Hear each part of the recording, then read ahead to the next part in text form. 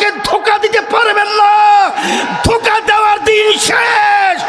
ইসলামের বাংলাদেশ, এদেশ রক্ষার জন্য রাজপথে আজকে আমরা উপস্থিত হয়েছি। কালো টাকার দৌরাত্মের মাধ্যমে আজকে জাগ্রত জনতাকে থামানো যাবে না, তোমাদেরকে উৎখাত করবে। এই সুযোগ যদি আমরা কাজে লাগাতে না পারি, ভবিষ্যৎ প্রজন্ম সন্তানগুলো যখন ইতিহাস লিখবে তখন আমাদেরকে নিয়ে কলঙ্কজনক ইতিহাস রচনা করবে। আজকে রংপুর এখনো সেই আমাদের চোখের সামনে আবু ছাইদের দুই হাত প্রসারিত করে বৈষম্য দূর করার জন্য, জালেমদের হাত থেকে দেশকে রক্ষার জন্য তিনি তার জীবন যে লুটিয়ে দিয়েছিল, রাস্তায় পড়েছিল,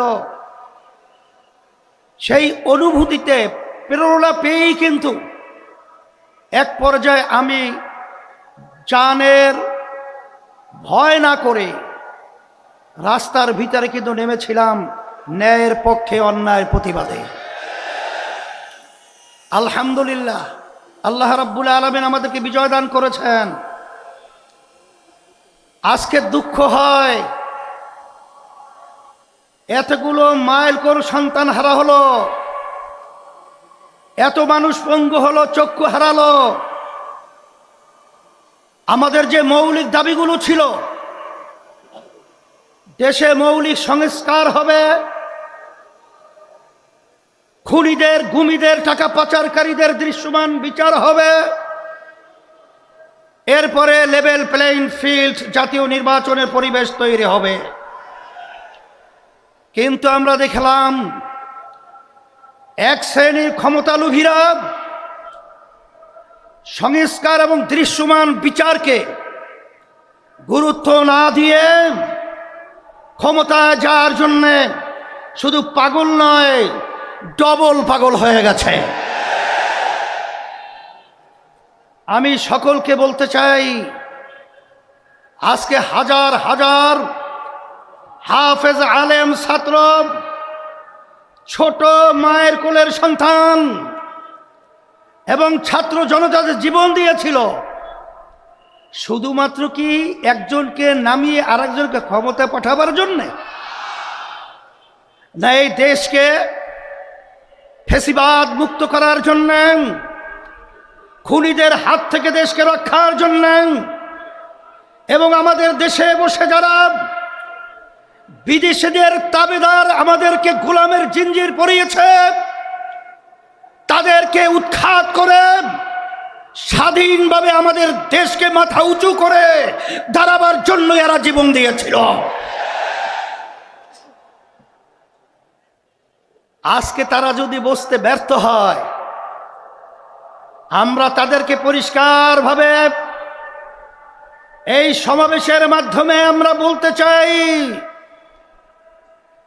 আপনারা মনে করেছিলেন অন্টুর ভিতরে ক্ষমতায় যাবেন, সেদিন সে সময় ভুলে যান।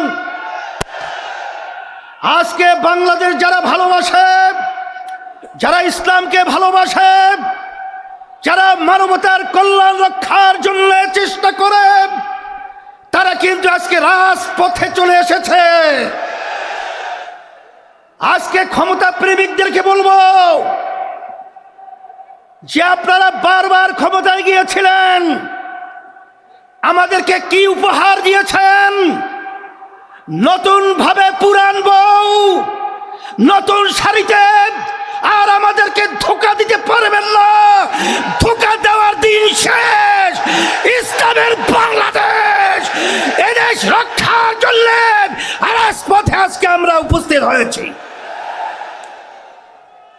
সেজন্য আমি বলবো, রংপুর আমি প্রতি বছরই আসি।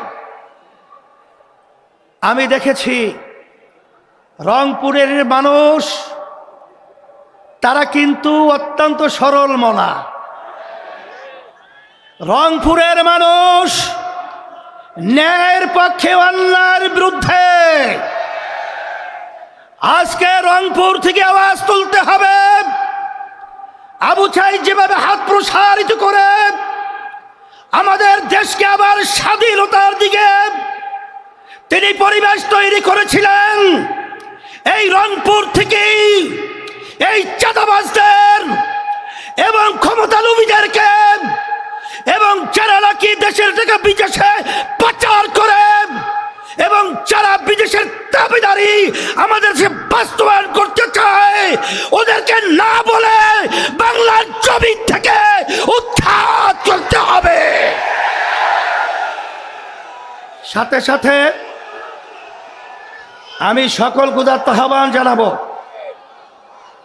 আমরা সারা দেশে সফর করার পরে পরিষ্কার আপনাদের সামনে মেসেজ দিচ্ছি, আজকে সারা দেশের মানুষ আজকে তারা দিন রাত্র সপ্তাহ মাস বছর গুনছে কবে নির্বাচনের বাক্স আসবে আর আর দল অর্থাৎ ইসলামের পক্ষে মানবতার পক্ষে তারা ভোট দিয়ে বাক্স ভরার জন্য অপেক্ষা দিন প্রহার রক্ত বলছে।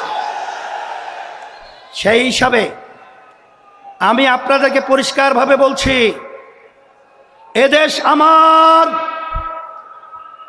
এদেশে জন্মগ্রহণ করেছে আমি, এদেশকে নিয়ে যারা ছিনিমিনি করতে চায়, এদেশের টাকা যারা বিদেশে পাচার করতে চায়, যারা মায়ের কোল সন্তান হারা করতে চায়, আপনাদেরকে বারবার বলছি, আগের মতো গুন্ডামির মাধ্যমে এবং কালো টাকার দৌরাত্মের মাধ্যমে আজকে জাগ্রত জনতাকে থামানো যাবে না, তোমাদেরকে উৎখাত করবে এবং আল্লাহর রহমতে ইসলাম বিজয় হবে ইনশাআল্লাহ।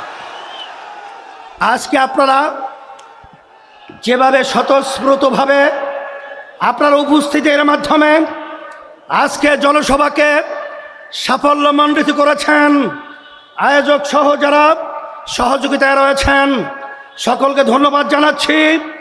এবং সব সময় একটা কথা মনে রাখতে হবে, আমরা যারা ৮ দলীয় নেতৃবৃন্দ রয়েছি আপনাদের জনগণের খাদেম হিসাবে যেন আমরা কাজ করতে পারি, আল্লাহ যেন আমাদেরকে তৌফিক দান করেন।